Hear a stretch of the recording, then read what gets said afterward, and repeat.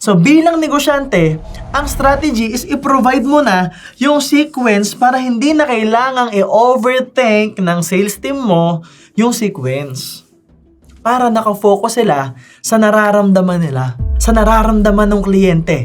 Because remember this, people won't remember what you said.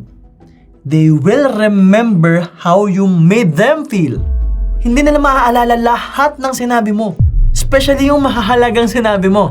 Ang maaalala nila kung ano yung pinaramdam mo sa kanila. Kaya nga sa lahat ng negosyo, what I do is I always build cultures. I will put a culture in place that will put everyone in the right state. And the sale will be automatic. Kasi pag maganda yung state, maganda yung kwento, naniniwala siya sa sarili niya, any strategy will work.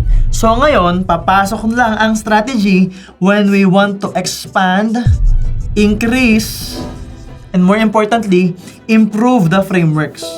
Improve the SOP. So gagamitin natin yung pag-strategize para i-improve yung SOPs, para i-improve yung frameworks na gagamitin ng mga sales team sa sales sequences nila.